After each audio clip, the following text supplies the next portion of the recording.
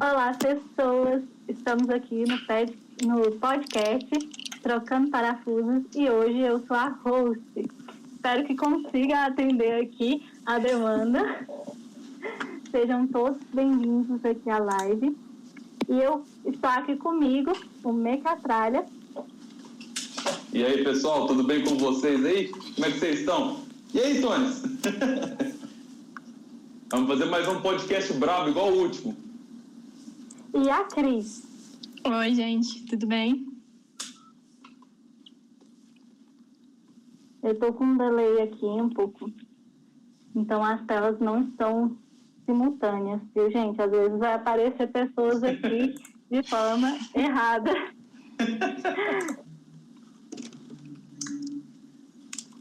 Então, hoje o nosso podcast vai ser sobre Me Formei e Agora. E eu queria saber de vocês, quando foi que vocês formaram? Tem muito tempo? Tem quantos anos, mais ou menos? Bom, eu me formei agora no final da pandemia, né? Final do ano passado, agora acho que foi em novembro, se eu não me engano. Terminei na luta, fazendo aquele TCC pandêmico ali na correria, fazendo construção de máquina em casa, sem os aparatos da faculdade. Foi mais ou menos essa correria. Eita, então você sabe como é se formar numa pandemia. Infelizmente eu tenho essa experiência. Eu me formei em 2000, eu tô tentando lembrar, 2016, final de 2016. É isso, faz tempo. Eu também me formei em 2015, já vai fazer 6 anos que eu estou já como engenheira mecatrônica. Mas, assim, uma coisa que pouca gente fala é o momento ali de pegar o canudo, de pegar o diploma e você chega, pergunta e fala, né? Que é até o tema aqui da nossa live. Me formei, e agora? Como que foi esse momento para você, Mecatralha? Bom, eu não segui muito o padrão da maioria das pessoas ali nessa questão da formatura, porque quando eu me formei, eu já estava trabalhando na empresa que eu estava querendo trabalhar na época, né? Eu tinha feito estágio na empresa que eu tinha falado, igual na última live, né? Eu tinha feito estágio na Distro, aí logo que estava perto da minha formatura, ia terminar meu tempo de estágio, e aí tinha alguns problemas, que eles já queriam me contratar, porém eu não era formado, aí estava com aquela dificuldade, aí eu falei, você quer saber? Já que aqui eu estou mexendo só com software, eu vou procurar alguma coisa com hardware. Aí apareceu uma oportunidade de emprego numa empresa do setor elétrico, né? Eu estava precisando ali fazer umas gigas de teste, fazer umas coisinhas para poder montar ali na empresa deles, para poder testar o produto. Aí eu mandei currículo e já entrei direto lá, não tive... Porque como eu já tinha feito muito projeto dentro da faculdade, eu já estava com um currículo até razoavelmente cheio, vamos dizer assim, né? De projeto e de coisa que eu estava fazendo. Então eu consegui arrumar um emprego rapidinho, antes de terminar. Eu acho que meu último semestre eu estava trabalhando nessa empresa já contratado, acho que 6 horas, e depois, a hora que eu terminei, eles já me contrataram 8.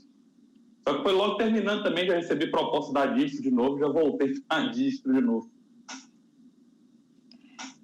Pois é, eu tô tipo Mecatralha também. Eu me formei e eu já tava com mestrado engatado. Antes da minha formatura, eu já tinha me inscrito, já tinha sido aceita no mestrado. Eu fui a pessoa que saiu emendando tudo, né? Quando eu terminei o mestrado, eu já tinha sido aceita para um doutorado também. Então é isso, eu já tava com tudo engatado também. Então eu acho que eu não tive esse momento de pânico. Tipo, o que eu vou fazer da minha vida? Que eu imagino que muita gente tenha, né?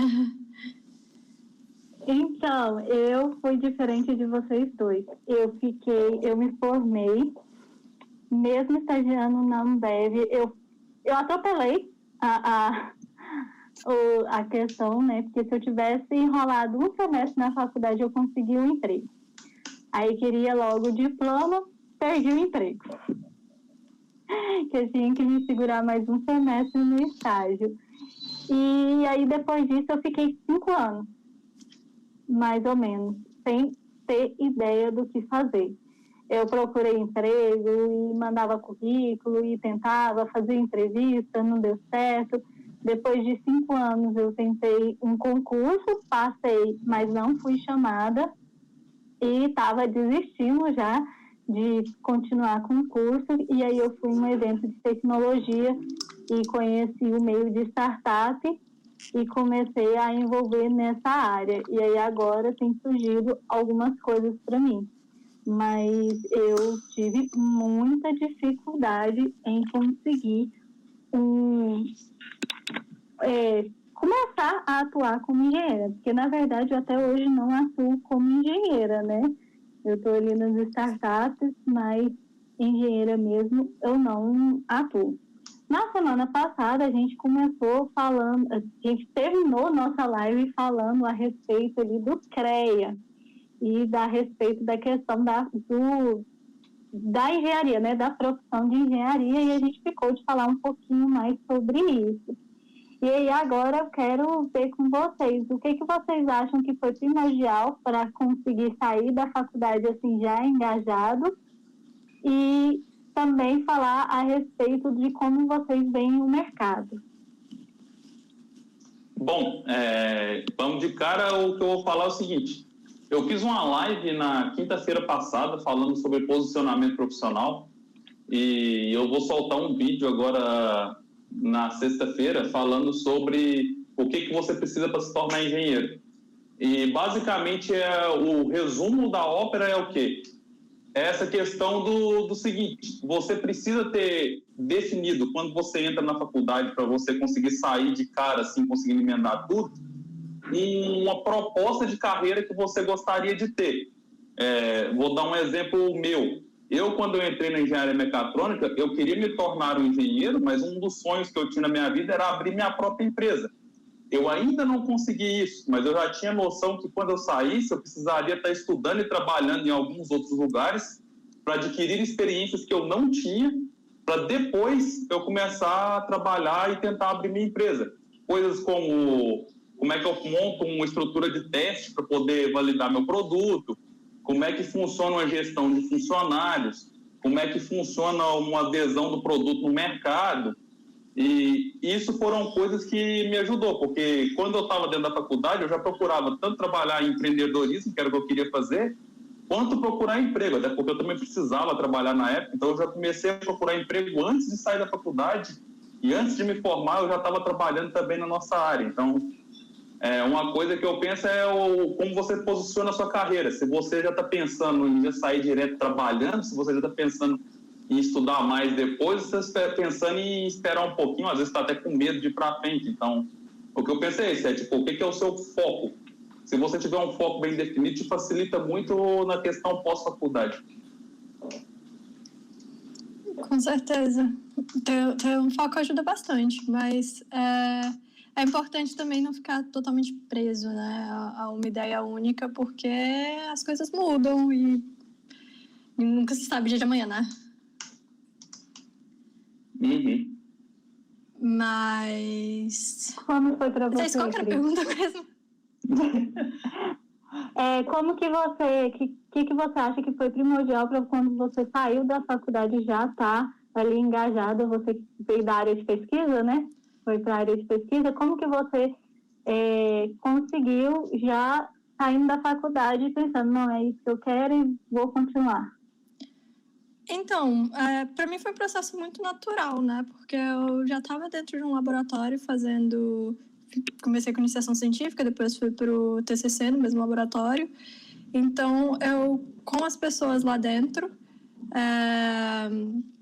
eu fui conversando, vi que eu queria continuar fazendo isso e já engatei direto no mestrado. Foi bem orgânico para mim mesmo. Mas a área de pesquisa é sempre um pouco diferente do mercado tradicional de trabalho, né? Que não é uma coisa que eu tenho muita experiência fora de um estágio que eu fiz uma vez. Então... E quando foi que você decidiu, falou assim, não, é realmente esse ramo que eu quero seguir? De verdade, eu acho que eu decidi Não sei quando que eu decidi, foi uma coisa que eu fui fazendo e vi que eu gostava, mas é uma coisa que eu acho que eu falava desde pequena. Eu não queria fazer engenharia, eu queria fazer física, porque eu queria ser pesquisadora, sei lá, entender o universo, entender como as coisas funcionam e tal. Mas aí eu acabei indo para engenharia em vez de física, por motivos. E lá dentro acabou que eu acho que eu sempre quis fazer pesquisa, e acabou que foi isso que eu fui indo meio que no fluxo. Mas uma coisa que sempre me disseram, e eu acho que é uma coisa bem real, é que é isso, a gente... Eu não sei, pra mim, eu não acho que funciona esse negócio de ter um plano, uma rota definida pra minha vida, porque eu não sei o que vai acontecer amanhã. Um ano atrás, eu achava que eu ia estar fazendo 1000 coisas diferentes, não ia ter uma pandemia, né? Então, eu acho importante a gente saber que coisas acontecem e nem sempre a vida vai ser como a gente planejou, por mais que a gente tenha um objetivo, um foco e tal.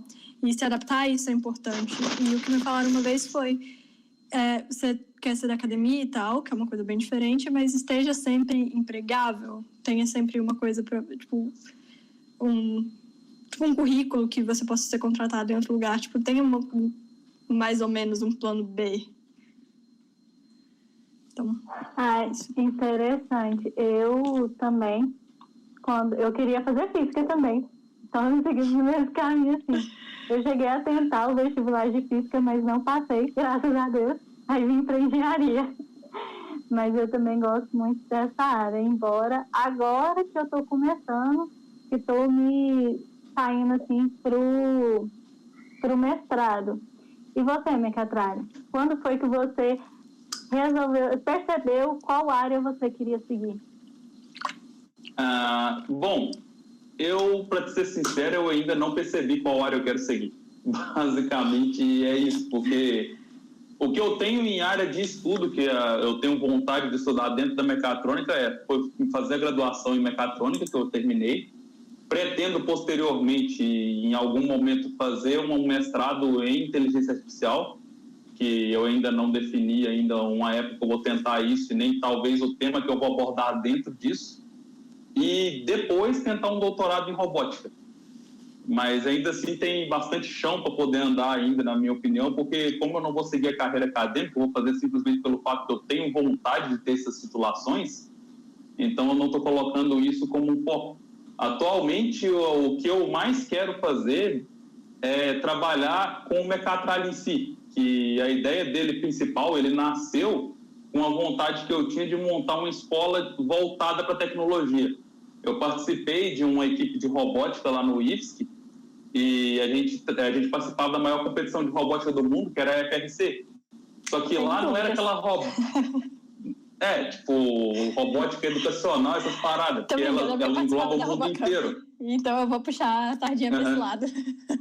Aí, o que era o rolê ali? A gente saiu um pouco, a parte da FRC saiu um pouco daquela ideia nossa de fazer robôs menorzinhos, e eles faziam uns robôs que era parrudo mesmo, que além de aguentar porrada, eles, tinha robô que tinha guindaste, conseguia levantar umas paradas pesadas pra caramba, conseguia tirar a bola, não sei que altura, e sempre tinha um desafio diferente.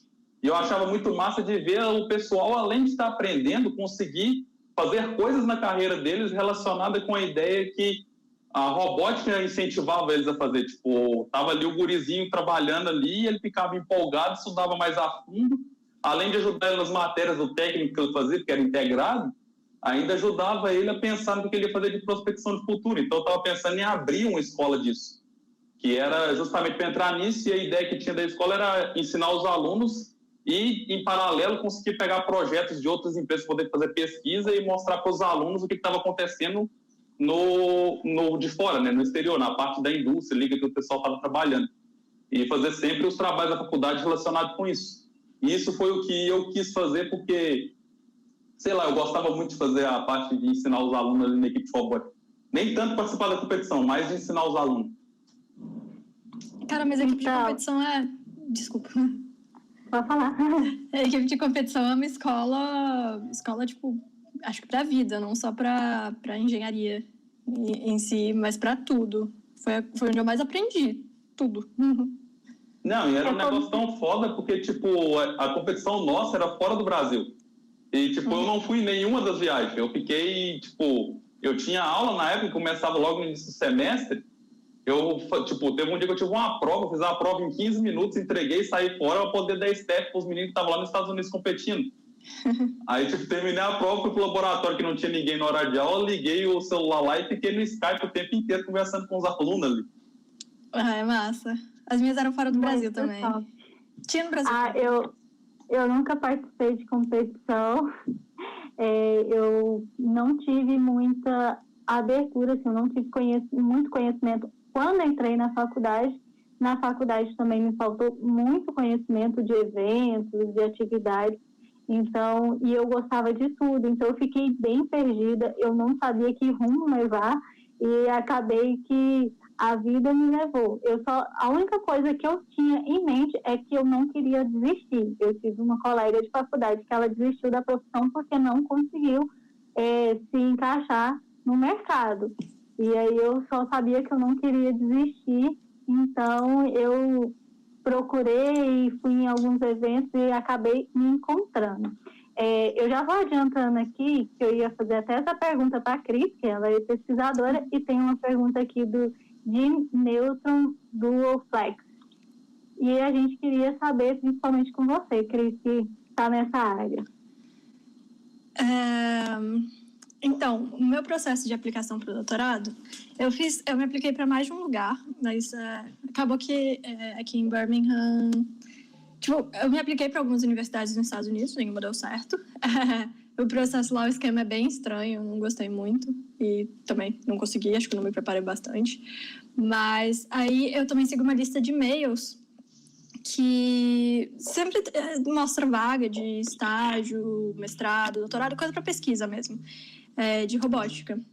E aí apareceu essa vaga para a University of Birmingham, que era perfeita para mim, era tipo a minha experiência, era a descrição dessa vaga, eu me apliquei. O processo de aplicação para o doutorado e para mestrados e estágios, normalmente fora do Brasil, a primeira coisa que você tem que fazer é uma ou mais de uma carta, tipo uma carta de motivação, tipo normalmente é chamada de statement of purpose ou alguma coisa do tipo. Você tem que fazer essa carta, você tem que pedir referências dos seus professores, né? Para aplicação de mestrado no Brasil, você também tem que pedir referência para os professores. Professores, orientadores, referência de pessoas que podem te dar essa referência. Além disso, mostrar seu currículo, óbvio. Tem lugares que pedem suas notas, tipo seu GPA, né? Que é meio que... Na UNB se chama IRA, mas acho que cada um tem um nome diferente. Que é, tipo, a nota média do seu curso que você teve. Além disso, o que mais que eu precisei? É isso. E um pré-projeto também, né? Você tem que escrever normalmente... Não para todas as aplicações, só numa etapa mais à frente, às vezes. Mas é bom você ter uma ideia do projeto. Alguns já vão ter o projeto específico, outros não. Então, você tem que fazer isso, você tem que passar por várias burocracias, né?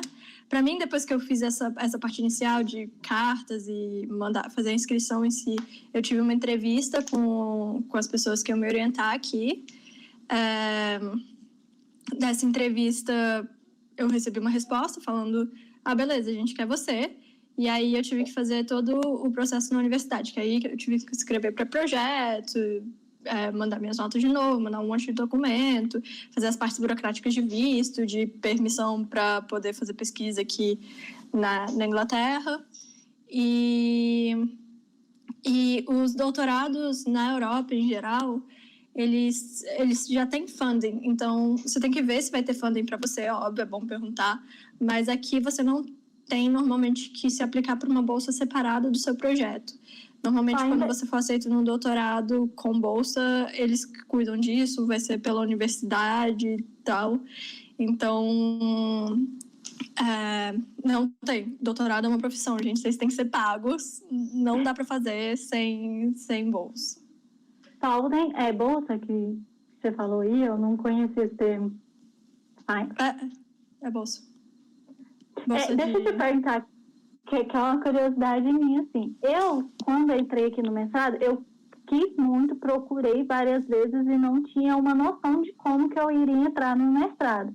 Eu só consegui agora porque eu conheci um professor de mestrado e ele me deu a orientação de como eu deveria, quais os passos eu deveria fazer para entrar no mestrado. Você teve esse auxílio na graduação para entrar para o mestrado e teve esse auxílio para poder participar do processo para ir para o exterior? Então, normalmente quando você faz um processo desses, tem um edital, alguma coisa explicando passo a passo do que você tem que fazer. Eu já estava no ambiente de laboratório de pesquisa, né? Então, meio que todo mundo que eu conheço, todos os meus amigos, meu namorado, todas as pessoas à minha volta são da academia. E, por algum motivo, metade das minhas amigas de infância também foram para academia. Então, é meu meio. Mas, basicamente, o que você tem que fazer é ver uma pesquisa que te interessa, porque fazer um mestrado por fazer sem ser uma coisa que você está afim, tipo, perda de tempo um pouco. É bom ter o título e tal, mas é bom você ter uma coisa que te interesse, né? Para você conseguir seguir em frente, porque é uma coisa bem pesada. Então, o que eu sugiro é você fala com o seu professor, ou com algum professor, manda um e-mail, vai atrás. Isso para mestrado, doutorado, qualquer coisa. E aí você vê... conversa com ele sobre o projeto que você quer. A aplicação para o UNB, por exemplo, de mestrado, que eu fiz, eu mandei as coisas que eu fiz, o meu currículo, que eu tinha, mas eu tive que fazer um pré-projeto também. E eu já tinha conversado com o professor, então eu tinha uma noção de como fazer esse pré-projeto. Porque eu já tinha uma noção de tema. Então é meio que isso, você conversar com alguém, você ir atrás dos laboratórios e tal, e aí o resto é processo burocrático que, para qualquer coisa, para um concurso, você vai ter que fazer a mesma coisa, ver o edital e seguir passo a passo o mais certinho possível. Se tiver dúvida, vai atrás das pessoas que estão organizando. Entendi. Agora vamos mudar aqui a pergunta, que eu acho que essa pergunta aqui também é bem legal, do G. Vegas. E eu vou deixar o Mecatralha responder essa pergunta. Pessoal, parecia que a gente lê. Deixa eu ver se vai. Eu sempre tive o problema com definição do cargo de engenheiro em uma empresa. O que exatamente eu posso aceitar como trabalho sendo um engenheiro? Cara, o que eu posso te dizer sobre isso?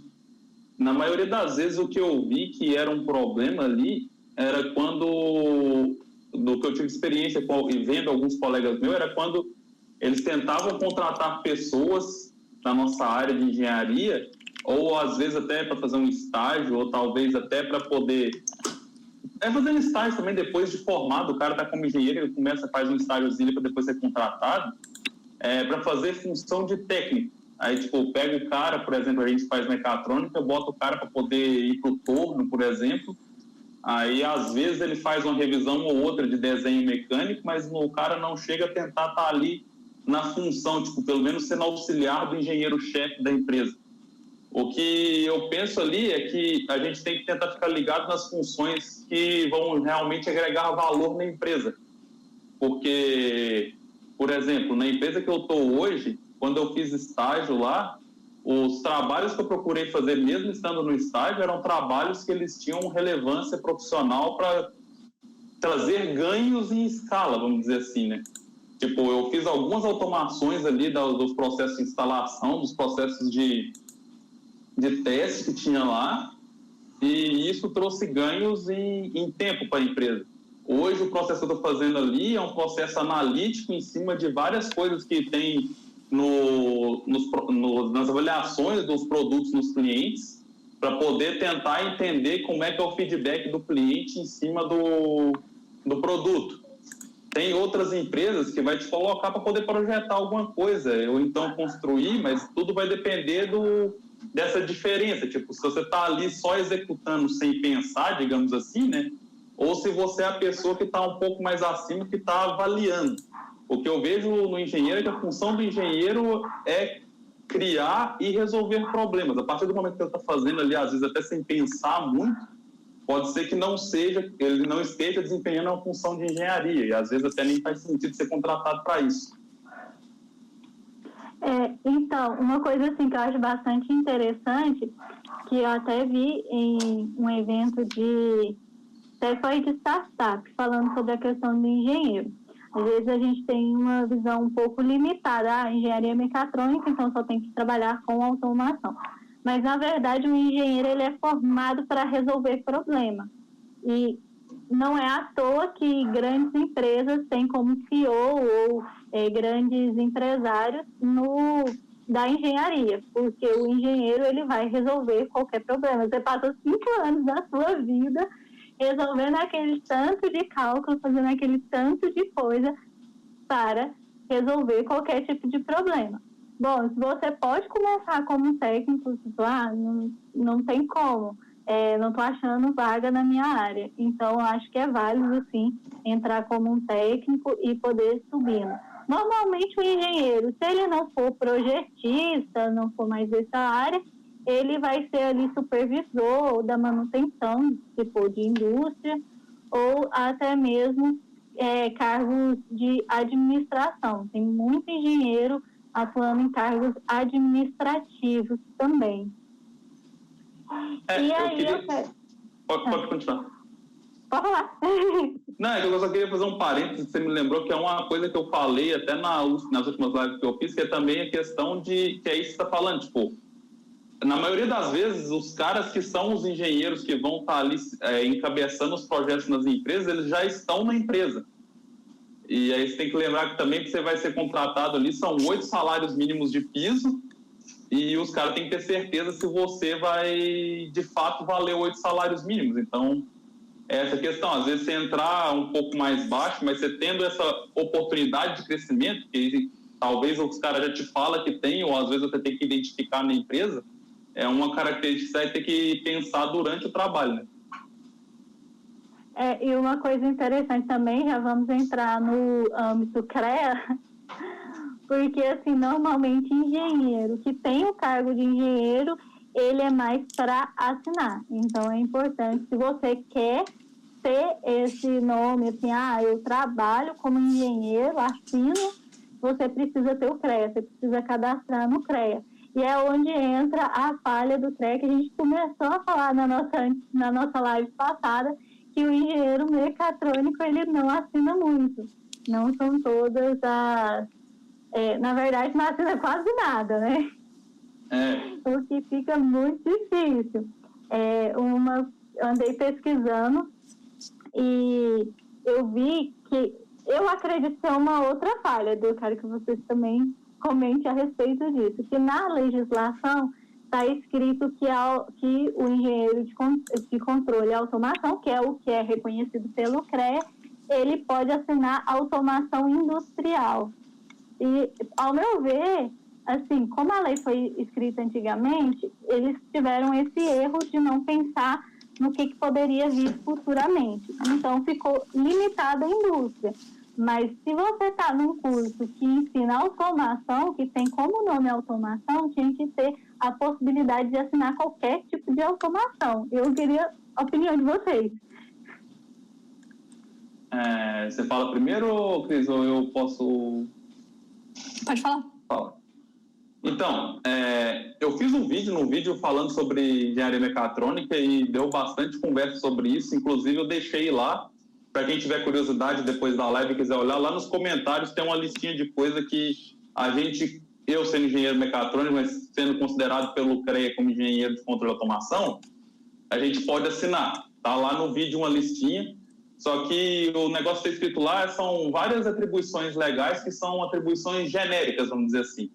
O CREA tem um outro defeito que eu julgo bastante complicado, que é a questão de ele ser um conselho regional. Então, para cada região do Brasil, até a questão do que é reconhecido, a atribuição legal, ou as coisas que tem, às vezes diferencia de um CREA para outro.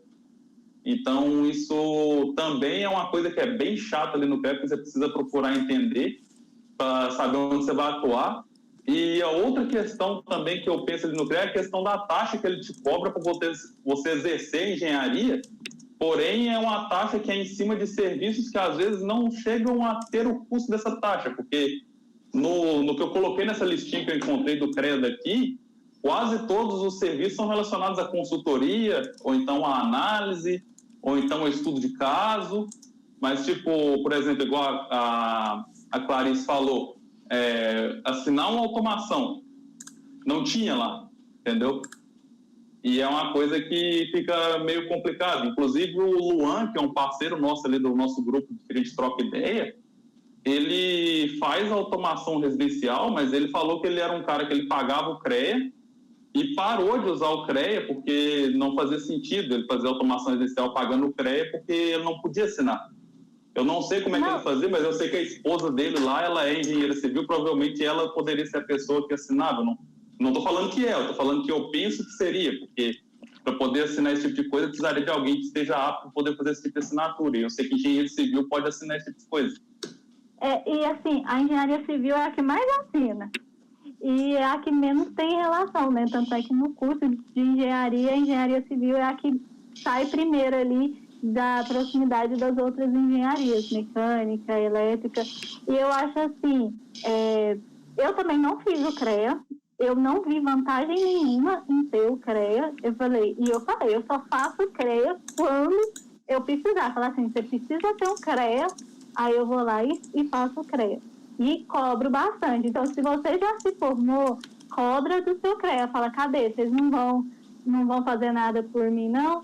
Porque eu acho até que de forma injusta, já que a automação, ela vê quase todas as matérias. Então, aqui na minha região estavam boatos de que o CREA ia fazer com que o engenheiro assinasse aquilo que ele viu. E sendo assim, a gente teria muito direito de assinar. Eu falei, não, se eles conseguirem fazer isso, a gente assinar exatamente as matérias que a gente viu na faculdade, aí para mim compensava fazer o CREA. A gente está voando se eu for fazer isso.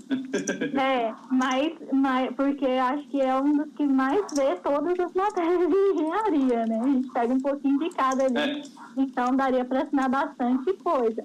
Mas eles ficam só na promessa e nada de mostrar alguma coisa pra gente. E eu acho também essa questão, é automação. Hoje a gente tem automação comercial, automação industrial, né? Automação comercial, automação residencial, e ninguém está assinando. A IoT é uma coisa que não tem assinatura. Eles iam cobrar, mas e aí? O CREA ia cobrar de quem a assinatura de um IoT? Será que eles iam deixar a gente de fora de novo? Provavelmente ia para engenharia elétrica, igual o costume de ser automação. É isso mesmo. Então, assim, é algo meio complicado. E é onde os engenheiros, pelo menos mecatrônicos que eu conheço, acabam indo para o outro lado, que é o empreendedorismo. E também tem as suas vantagens. E o que você acha disso, Mecatralha? Então, eu sou uma pessoa que eu tento, de fato, e eu estou buscando entrar na área do empreendedorismo justamente por causa disso. Só que eu tenho um detalhe que o Mecatralha é uma das bandeiras que a gente está lutando ali, que é essa questão da gente conseguir nossa dependência normativa. Depois que eu fiz uma palestra lá no IFDA, que eu também mencionei na última live, o pessoal de lá que trabalhava com automação, que assistiu a palestra, entrou em contato comigo e eles lá estão tentando entrar em contato com o presidente do CREA da Bahia, porque ele é engenheiro agrônomo e ele consegue perceber essa necessidade, até na parte da agroindústria, de ter engenheiros mecatrônicos e de controle de automação trabalhando na área da indústria. Então, ele está entrando com essa abertura de política de independência normativa para várias engenharias, só que o que precisa é que as pessoas entrem em contato, engenheiros formados entrem em contato com ele, juntamente com advogados, juntamente com pessoas que ajudem a montar os cursos para poder fazer essa validação. Aqui em Florianópolis, eu estou começando agora também, junto com o pessoal do CA da minha faculdade, a tentar entrar em contato com o presidente do CREA daqui, para tentar dar start nisso, porque, querendo ou não, na parte de empreendedorismo, se você é um engenheiro mecatrônico ou controle de automação, você também continua com as mãos atadas e dependendo de contratar um outro engenheiro para poder assinar seus projetos, porque quando você faz um produto tem toda aquela coisa, tem avaliação com Inmetro, tem fiscalização, tem norma técnica de segurança, e tudo isso é um monte de coisinha que precisa de várias pessoas para poder assinar, se não validarem a nossa viabilidade de assinar a RT. Então, é uma coisa que anda paralelo, tanto o empreendedorismo quanto o CREA, porque senão você tem que gastar dinheiro contratando outro engenheiro, mesmo você fazendo seu serviço. Isso é o pior.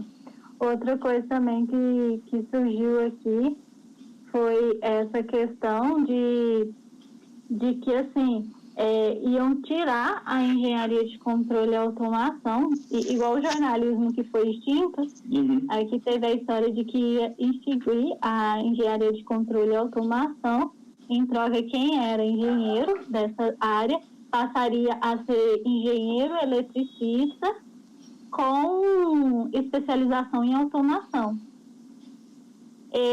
Eu não sei, ao meu ver, isso não é vantajoso, ainda mais que cada dia mais o mundo está mais automatizado. Então, vai ter que ter essa especialização de automação.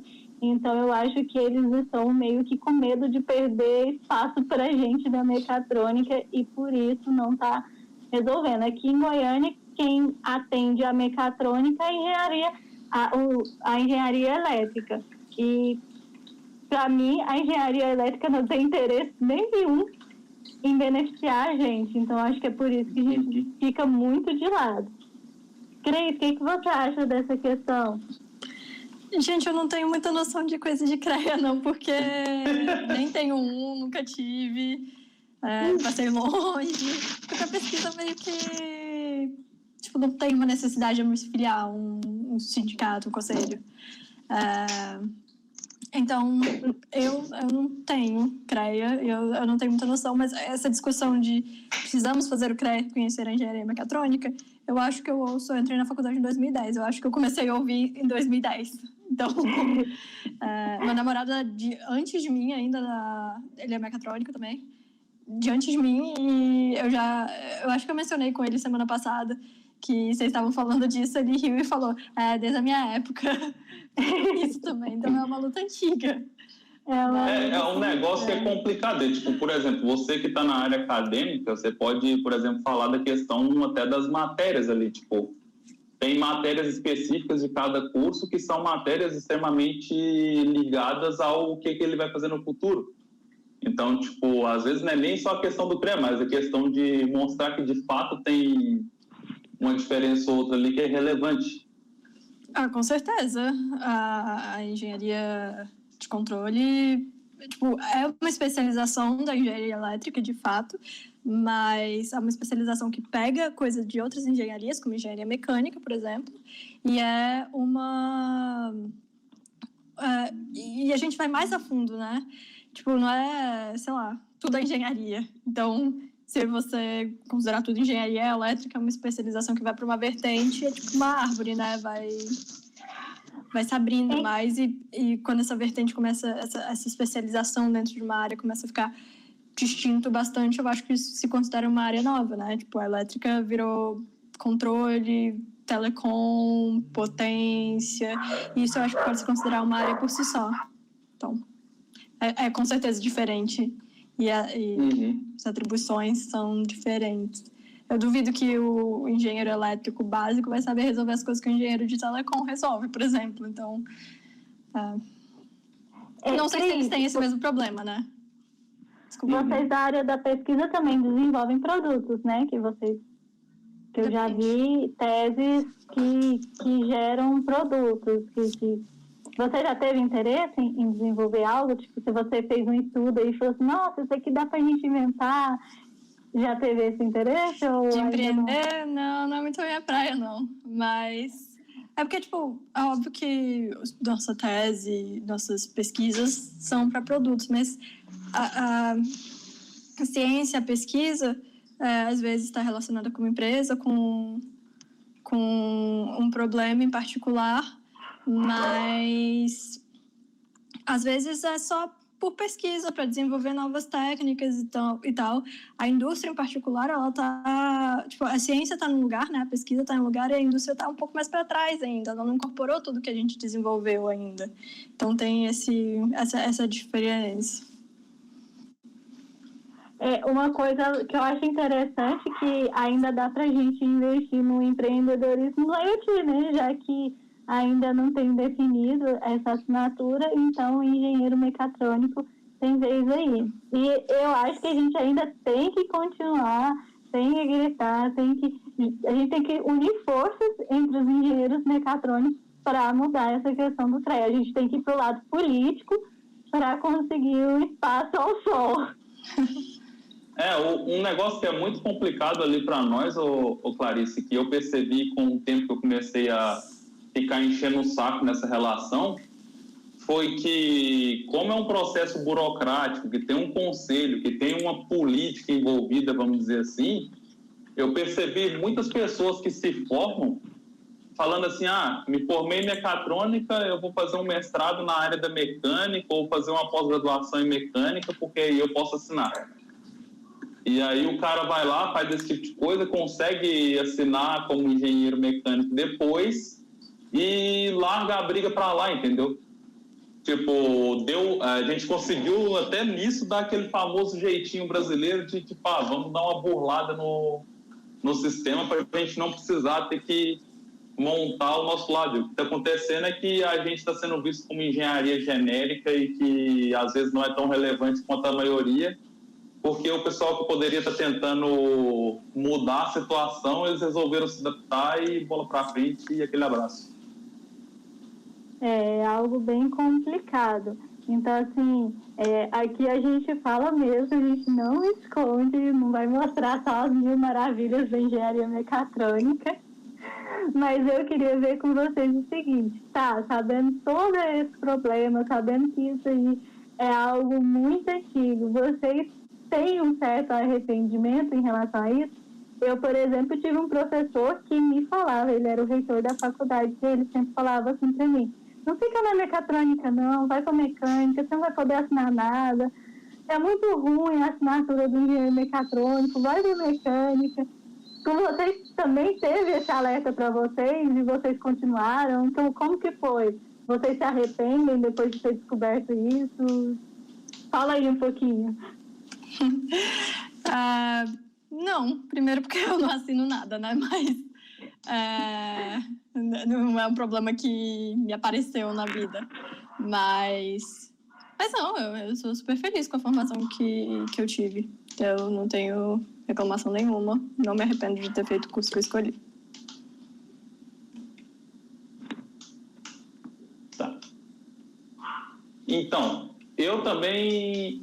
nem só pelo motivo, tipo, eu ainda não assino nada de fato, porque ainda não fiz meu CREA, porém eu não tenho nenhum arrependimento da minha formação, e é por 2 fatores. Um, porque eu gosto muito do que eu faço na mecatrônica, porque eu ainda não vi nenhuma outra engenharia que dá, tipo, um leque tão grande de opções de trabalho do que igual que a mecatrônica dá.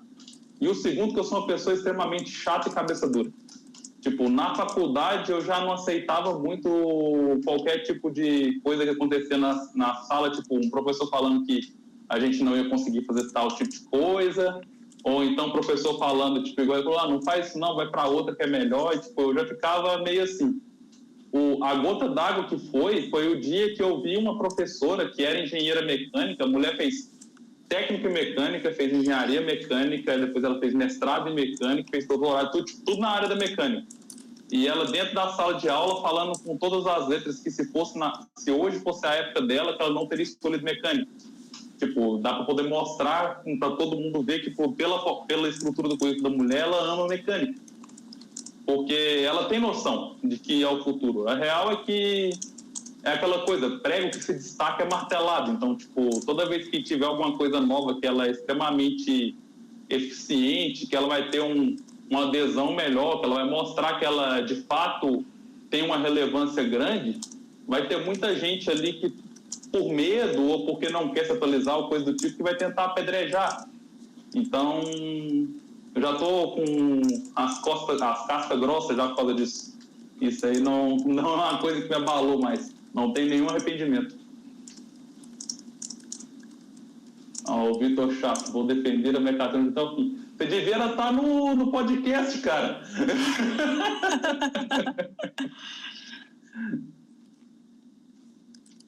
Defendendo com a cara na frente da câmera.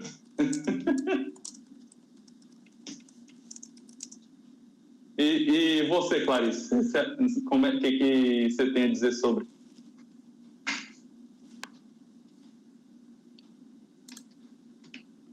Ficou mudo. Nossa, eu falei um monte de coisa aqui, né? Apareceu. Eu ia falar aqui do Vitor, gente, até avisar. O Vitor está trabalhando, por isso não está aqui com a gente, mas está participando aqui no chat, que é bem legal. Da próxima vez ele vai estar aqui, então quem sentir falta dele aqui com a gente é por problemas técnicos que ele não está aqui com a gente hoje. Então, ao meu ver, assim, eu sempre fiz a mecatrônica porque eu queria ter o conhecimento da mecatrônica. Ainda mais eu, que nunca defini o que eu queria. Eu não sabia, tipo assim, eu amava o conhecimento da parte de tecnologia, mas se eu tivesse que escolher uma área, eu não sabia escolher. Então, a mecatrônica foi bem útil para mim, bem fácil, porque lá eu podia ter o leque de todas as outras áreas, e mesmo o meu professor falando para mim, não, vai para mecânica e tal. Fiquei tentada, né? Afinal de contas, era alguém de nome, alguém de referência, falando, não dá para... Evite esse negócio. Então, fiquei pensativa, mas no fim das contas, eu falei, não, eu não vou fazer isso. É em mecatrônica que eu quero. Eu escolhi a mecatrônica no ensino médio e falei assim, sou torrona também, igual você. Eu falei assim, eu não vou... não vou mudar ali o sentido do que eu quero. Então... acabei escolhendo, mas assim, eu ainda acho assim, quando eu posso, eu luto para reclamar e reivindicar o direito do engenheiro mecatrônico, que eu acho muito injusto. E o que vocês acham assim? Vocês acham que seria válido a gente perder o título de engenheiro mecatrônico e ter ter um título de engenheiro eletricista e com ênfase em automação? De jeito nenhum. Nem um pouco. É que é complicado. Tipo, isso é uma coisa que agora eu vou falar, eu fico bastante bravo com isso, eu não vou dar rage na live para poder não ficar feio, mas é porque, cara, não faz o menor sentido. Hoje em dia a gente está num futuro que é um futuro, olhando da parte da formação das antigas engenharias, mas a gente está numa época que, tipo, a pessoa ser autodidata, a pessoa permanecer estudando para o resto da vida, a pessoa ser interessada e correr atrás do estudo dela, é uma coisa que já é necessária para o profissional ser por padrão. Então, o que acontece? Tipo, engenharias mais antigas, tipo engenharia mecânica, tipo engenharia elétrica, elas são ensinos básicos, tipo, básico eu digo, elas são base das outras engenharias. Porém, tipo, os próprios formados sabem que metade das coisas que eles estudaram na formação deles eram conhecimentos que poderiam ter sido substituídos por coisas que seriam mais aplicáveis na vida deles. E quando começa a criar novas engenharias que são junções de outras áreas, que eu sempre falo como formações horizontais, eles começam a tirar essas coisas que estavam ali enchendo grade curricular e começam a colocar coisa que é prática e que é coisa mais utilizável, agregado com outras coisas mais práticas e mais utilizáveis de outras engenharias e criando coisa nova. Tipo, é o caso que eu vejo na questão da engenharia da computação, por exemplo. Se for voltar lá atrás, ela é uma extensão da elétrica, que depois virou eletrônica, e da eletrônica virou computação, porque juntou com mais matemática, é um monte de formação junta, que não faz o menor sentido um engenheiro da computação voltar lá atrás e ter que estudar elétrica pura para poder começar a assinar os projetos dentro de computação. É a mesma coisa o cara que vai fazer ali, por exemplo, eu vou fazer um braço robótico, eu vou construir um braço robótico. Se eu não estou no lugar, por exemplo, da Cris, que eu estou na academia, que eu vou ter que desenvolver coisas novas, pesquisar coisa nova, que eu vou ter que ir lá nos primórdios do negócio e voltando, estudando tudo. Se eu sou um engenheiro que eu vou estar ali para poder montar um braço robótico, por exemplo, cara, eu vou pesquisar na tabela de um fabricante, porque se eu sou engenheiro, eu estou tentando baixar custo, eu estou tentando otimizar processo, tentando otimizar ganho. Então, tipo, provavelmente, na grande maioria das vezes, você vai usar produto de mercado. Então, o que você vai usar ali é o básico de dimensionamento mecânico, é o básico de dimensionamento elétrico, porque é tudo tabelado, na grande maioria das vezes. E quando você conversa com os caras que são esses mais medrosos, eles falam, mas você não estudou, tipo, sei lá, aquelas coisas meio malucas ali de resistência dos materiais que, tipo, você vê metade da matéria de resistência dos materiais é uma metade que você não usa pra porra nenhuma e a outra metade é uma coisa que você aplica.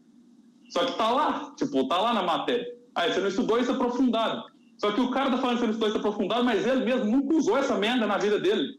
Então, tipo, fica essa ladainha, os caras ficam falando um monte de abobrinha de graça, só para tentar desmerecer um outro curso, mesmo ele sabendo que isso que ele tá falando é só para poder tentar, tipo, inflar ele em relação a outra engenharia. Você vê, tipo... Negócio... Pode falar. Esse negócio, assim, que igual um professor meu de física, ele falava a respeito disso, de que a maioria da matéria de física que a gente vê na engenharia é simplesmente para saber lidar com problemas. É para você ali exercer sua mente para resolver problemas.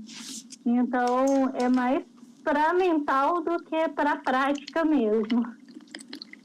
Não, e o pior de tudo que eu ainda acho também, agora eu me lembrei de coisa da mecatrônica na formação que me deixou meio pistola. Vocês fizeram a prova do ENAD? Quando vocês se formaram? Não, por pouco. Não. Eu fiz um semestre. Eu fiz a prova do ENAD. E, tipo assim, pensa um Enem, que é um Enem desenvolvido, basicamente. Porque aí, em vez de pegar tudo, vai aplicado na sua engenharia. Aí eu estava falando, aquilo ali é o que é útil, é o que você vai precisar para poder trabalhar, e que se você for realmente pensar que aquilo ali é o que você precisa para trabalhar, você vai olhar de fato e falar, meu Deus, isso que eu falei é uma coisa que faz muito sentido. Eu lembro até hoje, a questão de mecânica que eles deram lá, que era para dimensionamento de motor, que ia ter um acoplamento mecânico lá, de um carretel de engrenagem, mais um monte de coisa lá que você tinha que fazer uns cálculos. Os caras fizeram uma prova que, tipo, você sabe que tem perda de movimento mecânico quando você faz acoplamento de engrenagem. Todas as respostas erradas era, tipo, conservação máxima de energia. A única que estava correta era a única que dava abaixo da questão que era conservação máxima. Você não precisava fazer conta. Se você fosse na potência do motor, era a única que estava abaixo da potência do motor, era a resposta certa. Todas as outras estavam acima. E era daí para pior, tipo, essa é a questão que eu tô lembrando agora, tipo, tem uma questão de lógica de programação que eles deram uma arvorezinha lá de if else, mas você vê qual que era a resposta certa. Então é bem no estilo do Enem da minha época. Na minha época, o Enem era só interpretação de texto, não era igual hoje, não, que precisava estudar, porque valia vaga na universidade. Na época que eu fiz, que eu acho que eu sou a mais antiga aqui, eu fiz era só para avaliar o ensino. E aí era só interpretação de texto, não tinha nada. Se não fosse interpretação de texto, era regra de 3 simples. Você resolvia com qualquer regra de 3 simples ali e pronto. Isso é as coisas que avalia se a gente pode ser ou não engenheiro. Então, tipo, se a avaliação de engenharia é um negócio tão bobo assim, tipo, como é que de fato um cara que vai falar para você que você não é capaz de ser engenheiro tem certeza que ele é capaz de ter a mesma avaliação que você e provavelmente vocês tiraram a mesma nota? Não, então, é bem assim. Eu não fiz o CREA, ou não fiz o ENAD porque eu estava de dependência. Eu fiquei de dependência em 3 matérias e essas 3 matérias me livraram do ENAD. Agora, já estamos finalizando, já são 18h57. Eu queria que vocês deixassem um recadinho aqui para a nossa turma, tem 6 pessoas aqui na live, e eu queria que vocês deixassem um recado sobre a pergunta que foi a introdução aqui. Me formei, e agora? Que recado vocês deixam para ela? Não entre em pânico. Isso aí é uma coisa muito importante. Bom, o recado que eu deixo para poder eu não pegar muita parte da live aqui é que vocês assistam meu vídeo de sexta-feira. Porque um dos maiores problemas que a gente tem é a impaciência, que é o que a Cris falou. A gente sabe que a gente vai estudar 5 anos e que a gente vai se ferrar 5 anos até se formar. Só que não é necessariamente... Porque eu não estudei 5 anos, não. Minha engenharia demorou mais tempo. A minha demorou 5 anos e meio. Vamos trabalhar com otimismo então aqui. Então teve um ano extra ali. Eu peguei pandemia, eu fiz em 6 anos porque eu demorei um aninho a mais. Mas o que eu falo é, tipo, não seja impaciente, cara. Se você for parar para olhar até na natureza, uma árvore que fica gigantesca e serve para poder fazer um monte de coisa, ela demorou anos para crescer. Então, não vai ser você que vai tentar acertar o cu da mosca ali com arco e flecha para poder fazer uma coisa milagrosa. Só vai na paciência e tenta pensar o que você quer fazer da sua vida.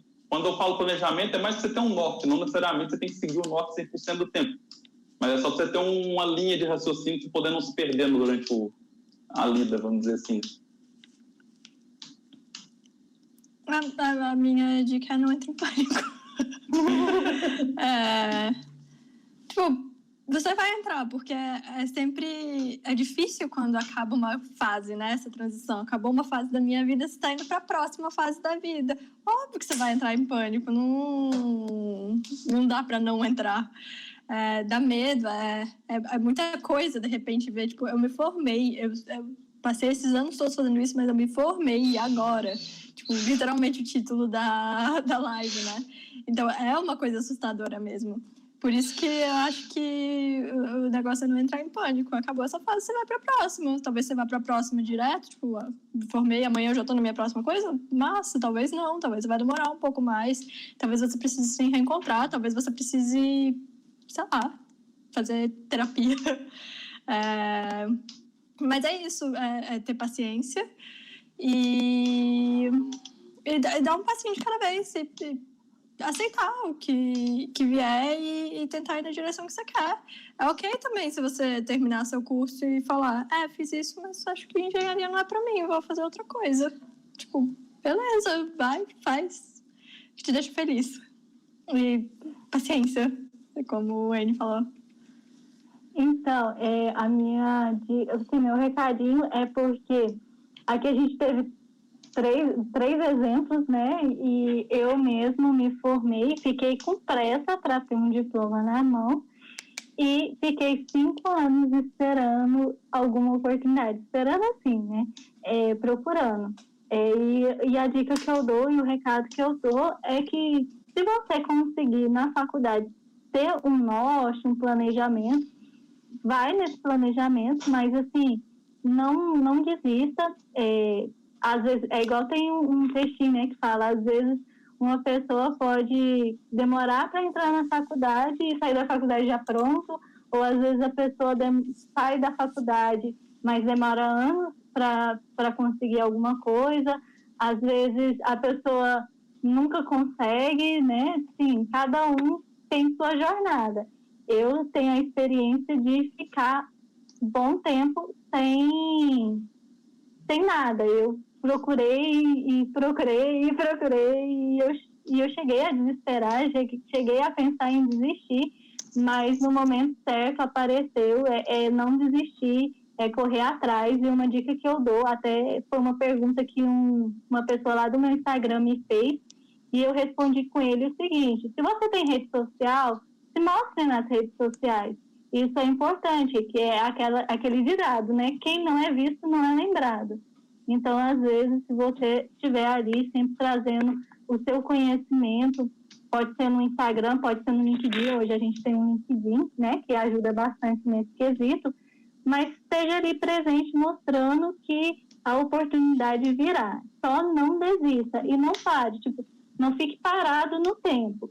Continue correndo atrás, aperfeiçoando, procurando melhorar seu currículo, procurando outras atividades para ir aperfeiçoando e se mostrando aí no mercado, que uma hora aparece. Se não aparecer, você cria sua própria empresa e seja seu próprio engenheiro.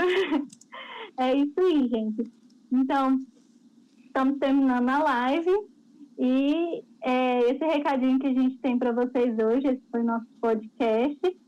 E eu quero agradecer a todos vocês e passar para cada um de vocês para os agradecimentos da finalização da live. Então, muito obrigado, Tones, que estão aqui hoje. E você que não é Tony ali no Mercadalho, também te convido a ser um Tony e vir com a gente ali, a seguir o nosso Instagram, curtir o nosso YouTube ali, porque a gente está trazendo sempre informações nesse estilo da live aqui. Eu gostaria de agradecer pela audiência de vocês, eu gostaria de agradecer pelas perguntas que foram feitas e pela participação. Gostaria de agradecer às minhas companheiras de live aqui pela participação também, por estar aqui toda terça-feira junto com a gente, porque é através disso aqui que a gente está começando a fazer um grande ganho para o mundo, galera.